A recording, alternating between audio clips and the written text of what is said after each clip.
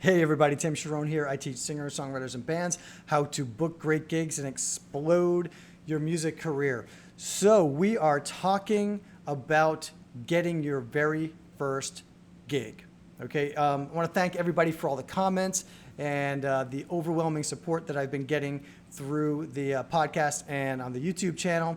I really appreciate it. This whole series is someone who asked me to go over this stuff, like how do you get your very first gig from either playing, at home or playing open mics to your first gig, your first paid gig. So if you didn't catch it, go over the 3 steps to booking your first gig. And now we're going over different things that you want to know when you're booking your first gig. And this one is how much to charge for your gig. So this is going to be short and sweet. Basically, it does depend on where you live. Some markets, pay more. Some markets pay less. Underpopulated markets tend to pay less. I have a student of mine who lives in a very rural farming type of area, and the gigs don't pay as much as the gigs in more like populated places like tourist destinations and cities and stuff like that. So that is something to consider, but the range that we're looking at is for a 3 set, which translates to 3 45-minute sets, so to speak, sort of give or take, at a bar or restaurant, between $150 and $250. So if we're talking about brandy spanking new, just getting your first gigs, I would go in at $150. If most places ask me how much I charge. Most places do not say, this is our budget. I don't think there's anything wrong with asking what their budget is, but usually once I start approaching someone about getting a gig at their venue, they just ask me what my rate is. So you just want to have your rate in your pocket, so to speak, ready to go. When they ask you, $150.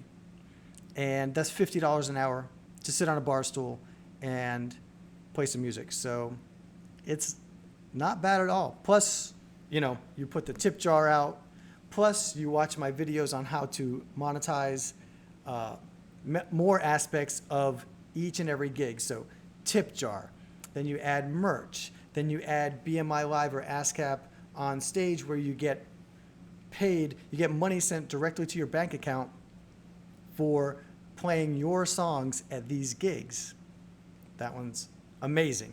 It's like mailbox money. It's found money. It's free money that you're not getting. So you should definitely be taking advantage of that.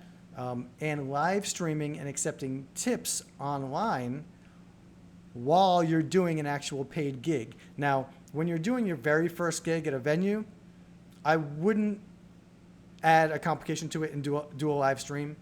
I'd wait until, I've got a couple under my belt and I'm comfortable with the place, they're comfortable with me, and then go into doing the live stream. But that is another great way to monetize each and every gig. So check out my other videos and other podcasts that teach you how to do that.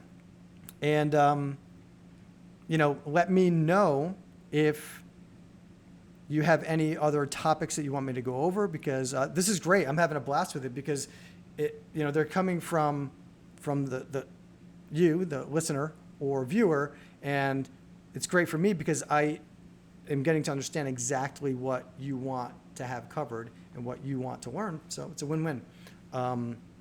Make sure you subscribe. Make sure you hit notifications. Subscribe to the YouTube channel. Subscribe to the podcast, The Charron Zone, on all the podcasting platforms. Available anywhere podcasts live, the Charron Zone is there. And as always, make sure that you download the free guide to how to book gigs the easy way at howtobookgigs.com. And I'll see you, and you will hear me in the next episode. I'm going to go over, what am I going over?